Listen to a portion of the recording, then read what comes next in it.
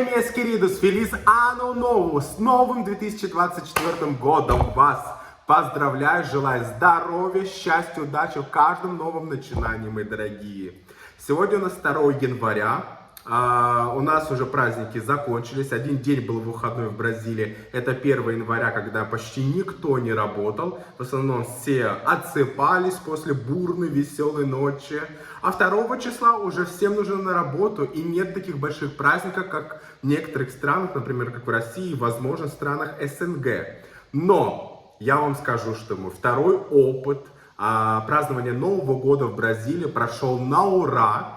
Скажу вам честно, вот это ощущение, когда желаешь снега, мороза, когда весь мир затихает снаружи, а в каждой квартире зажигаются огоньки на елке, открываются бутылки шампанского, пахнет салатом, мясом и так далее. Этого здесь нет. Здесь немножечко другое отношение к Новому году, потому что раньше был Рождество, которое произошло 25 декабря, и в этот день как раз то самое ощущение, когда каждый русскоязычный или советский, постсоветского пространства человек ощущает вот это наступание какого-то момента с нового листа, ожидание чуда, оно происходит в основном у бразильцев на 25 декабря, по моим ощущениям, по рассказам моих друзей и фамилии моих друзей. Возможно, у кого-то из бразильцев, кто меня сейчас смотрит, есть другой опыт. Обязательно поделитесь, пожалуйста, в комментарии. Я с удовольствием посмотрю. Но я рассказываю о своем опыте, о своей жизни в Бразилии. Соответственно, Новый год, который произошел 2 дня назад, это чудо, которое происходит совместно с друзьями, с фамилией, с семьей, под также бокалы шампанского, также под хлюпанье сервежи, пива. И те люди, которые живут близко к пляжу, они выходят на пляж. Ну, всего понемножку. Главным моментом, который наступает за несколько дней, у кого-то может быть за месяц, может быть вообще за полгода, у бразильцев, это выбор одежды. Выбор цвета одежды, в котором каждый бразилец, каждый турист, каждый не бразилец, но проживающий в Бразилии выбирает, чтобы исполнить какую-то свою заветную мечту или подтайную, или что-нибудь наоборот, призвать к себе удачу, или денежки, или ребеночка, или любовь, и может быть еще. Традиционной формы одежды не существует. Не существует, ты можешь быть в пиджаке, можешь быть в брюках, в джинсах, в шортах, в плавках, в чем угодно, в чем мать родила, к примеру. Но есть правила по поводу одежды. К примеру, все носят белую одежду. Если у тебя вообще нет фантазии, ты не знаешь, что ты хочешь, не знаешь, какой цвет выбрать, одеваешь белую одежду или с элементами, где преимущество белого, и ты хочешь мира. Белый цвет — это мир, спокойствие, вот транквилу, пасиенсия.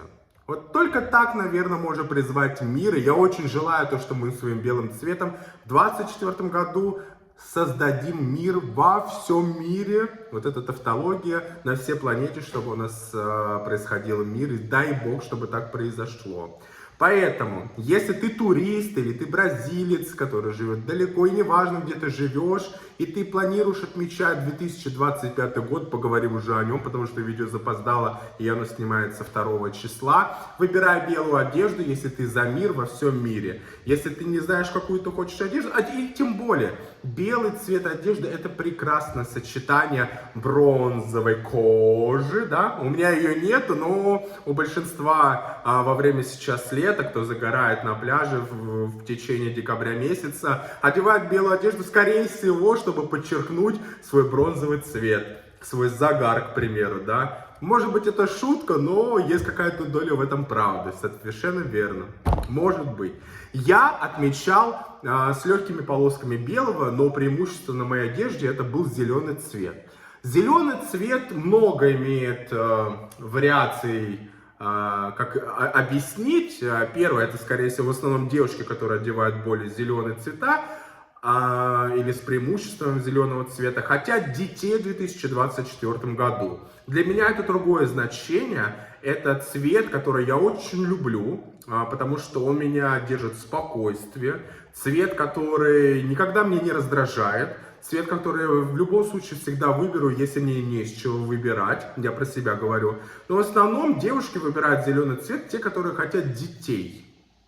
Вот есть такое объяснение. Есть люди, которые, к примеру, одевают желтый цвет.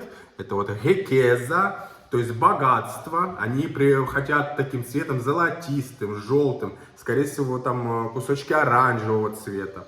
Они привлекают тем самым богатство в 2024 году. Не обязательно ты бедный, не обязательно ты богатый. Выбирай желтый цвет, быть богатым в любом направлении. Возможно, ты увеличишь свой словарный запас, как мне это необходимо для португальского языка. Возможно, кто-то хочет увеличить богатство в семье. Там найдется человек, который давно потерян. Или, может быть, выиграть в лотерею. Потому что каждый Новый год, как в большинстве стран, проходят мега-лотереи. Выигрывают люди по миллиардам, по миллионам в той валюте, где они живут. Возможно, и так. Есть прекраснейший цвет фиолетовый, роша. Это цвет, который аристократический, он такой нобри, такой... Это цвет, который на самом деле проявляется в нескольких аспектах. У бразильцев помимо там удачи, помимо богатства, это еще цвет, который привлекает удачу в каких-то направлениях. Да, у тебя в этом году, к примеру, покупка дома запланирована, покупка машины, или то и другое вместе взято. Или, возможно, в этом году ты переезжаешь в другую страну, чтобы учиться, или в другую страну, чтобы работать, или совсем переезжаешь. Одевай фиолетовый цвет, ты обязательно привлечешь к себе удачу. Самая интересная традиция, которую я обнаружил в этом году за 15 минут до пробития 12 часов ночи, то есть 1 января. Великолепнейшая традиция, которую планирую соблюдать и в будущем. Оно не обязательно к исполнению, но те, кто верит в некие природные силы, к примеру, вспомним нашу величайшую богиню Яманджа, покорительницу мореплавателей, те, кто купается в воде океанов и морей, те, кто разделяет, скорее всего, вот эту религию, да, по отношению к Ямандже, они, да и большинство людей, с которыми, наверное, заманчиво это с точки зрения некой игры 1 числа, как это проявляется? И люди, которые живут на пляже, или которые приезжают к пляжу, чтобы встретить Новый год, и отмечают Новый год, то есть пробитие курантов, салют на пляже, как только вот это все прошло, суета в течение 15 минут, подходит ближе к морю, можно зайти в водичку там по щиколотку, и отсчитывается 7 волн, 7 образ, которые вот на тебя, 7 образ, которые на тебя подходят. Вот 1, 2, 3 волна. Это я не говорю про вот эти 2-метровые волны, а которые вот легкая водичка, как перебирается и подходит к тебе, к бережку. И вот через каждую эту волну необходимо перепрыгнуть 7 раз. Хочешь больше, перепрыгивай больше. Ну, есть вот такое правило, что 7 раз нужно перепрыгнуть. И каждый раз, когда ты перепрыгиваешь, ты загадываешь желание. Загадываешь любое желание, которое ты хочешь. Можешь на будущие года, лета, столетия, может то, что должно произойти в 2024 году. Загадываешь 7 желаний, и они исполняются. Потому что сила Яманджи, сила моря, неизученного моря, неизвестно вообще, что там находится, оно помогает тебе сам. Ничего не могу сказать про эту религию сейчас, не буду смешивать с нашим празднованием Нового года, но скажу, что не помешало бы поверить в это, потому что здоровская традиция, довольно-таки интересная по-детски, но играют в нее все, начиная от Нордесте до Сул, то есть от севера до юга. И тем самым объединяет очень много поколений, народов, культур и сторонников различных религий, конфессий. Вот я тем самым занялся и могу ставить... ¿Cuándo primero, amor? Ese.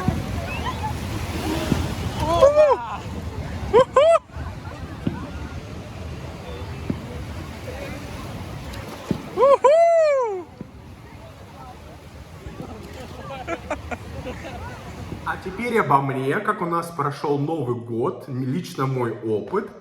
31 числа, еще начиная даже с 30 числа, я уже начал подготовку, потому что зарекся сделать необычный десерт для наших друзей, для наших коллег, где мы будем как раз в доме наших друзей отмечать это величайшее событие, как на приход 2024 года. И я зарекся тем, чтобы сделать медовик наш русский, возможно, не русский, я не очень силен в истории данного десерта, но вот приготовим такой десерт. Для меня это очень важно, объясню со своей стороны, потому что каждый Новый год во время моего детства и там по возможности уже во время взрослой жизни, юношества, мои родители готовили медовик каждому Новому году. При этом еще готовили на мой день рождения, который был 19 декабря. И вот этот символ, десерт-символ Нового года для меня ассоциируется также и с медовиком. Я не делал в прошлом году и сделал также его в этом году, но так как мы были приглашены в дом, была возможность показать не только свое мастерство, но и важно, это рецепт моей фамилии. Как мы знаем, и если русскоговорящие меня смотрят, они понимают то, что в каждой семье медовик немножечко отличается. Отличается с отношением коржей, крема, кто-то больше сметаны, кто-то сливки использует, кто-то вообще все смешивает и так далее. Расскажу о себе, я начал готовиться с 30 числа. Те, кто готовит медовики, знают, что процесс довольно-таки трудоемкий. И по длительности нужно набраться тут терпения, потому что я начал в обед готовить коржи 30 числа, а закончил готовить коржи только в 2 часа ночи 31 числа. Я приготовил из 4 килограмм теста много коржей, которые бы хватило у меня как раз на 2 торта. Один из тортов я решил как раз принести как презент моим гостям и так далее. Начал готовить, я, кстати, могу сразу сказать то, что там нету сметаны, потому что сметаны в Бразилии проблема, или ее, скорее всего, вообще не найти. Она как продукт сам не существует, а если ее найти, то какую-то некую вариацию данной сметаны. Поэтому я использовал обычный натуральный йогурт на натуральной закваске, по консистенции не жидкий, а такой шалтай-болтай, да. Но при этом я скажу заранее, что я его уложил на сеточку для того, чтобы сыворотка слегла, и у меня получился более сухой продукт. Сухой с точки зрения того, что там количество влаги уменьшится, и так легче работать с данным продуктом. Поэтому я сделал болу de mel, медовик, и также вставлю... Amor, ficou lindo! И также у нас несколько пар, которые приходили на эту вечеринку, да, Нового года, приносили что-то свое, и, соответственно, приносили то, что мы заранее обговорили, чтобы разделить некие обязанности по углю, по мясу и так далее, чтобы не было как раз пересыто, и все оставались сытыми и счастливыми. Поэтому мы принесли еще 2 мешка с углем, 2 пачки пау-джалю, это чесночный хлеб, вот, и кусок мяса килограммового. Там, если каждый принесет по килограмм мяса, мне кажется, 500 грамм жареного мяса шураскейра, шураску, этого достаточно. Уже в 6 часов вечера мы вызвали наш Uber, потому что живем мы в другом городе, и приехали благополучно в эти прекраснейшие апартаменты. Боже, если... Вряд ли они будут, конечно, меня смотреть, хозяева этой квартиры. И хозяйка этой квартиры, она арт-декор, то есть она создает образы в новых квартирах или квартиры, которые на продажу. И свою квартиру она приложила свою величайшую ручку, чтобы создать эту атмосферу. Мы были только на мансарде, но мне этого хватило с этим количеством разноцветных шаров, с подсветкой, пальмой, расположением стульев, столов. Все было очень удобно, все было комфортно.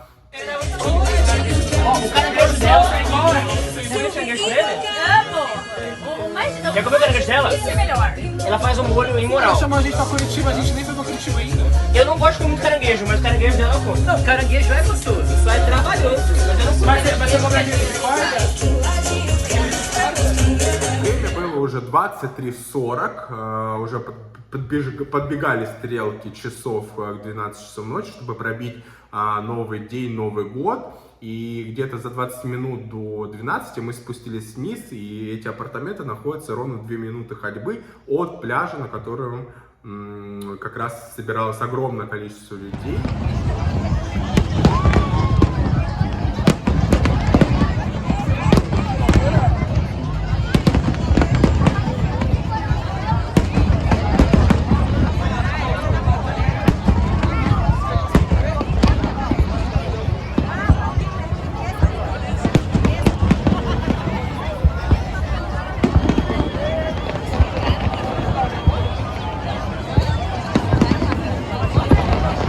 Ah, mas enfia.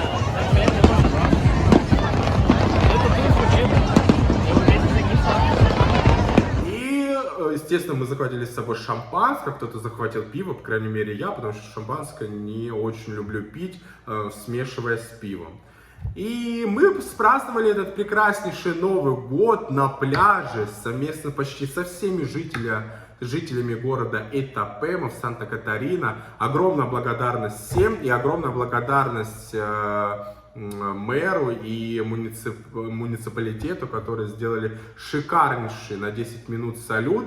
По красоте, мне кажется, никак вообще не снизится то, что там было в Рио-де-Жанейро или в Балнеаре-Камбариу.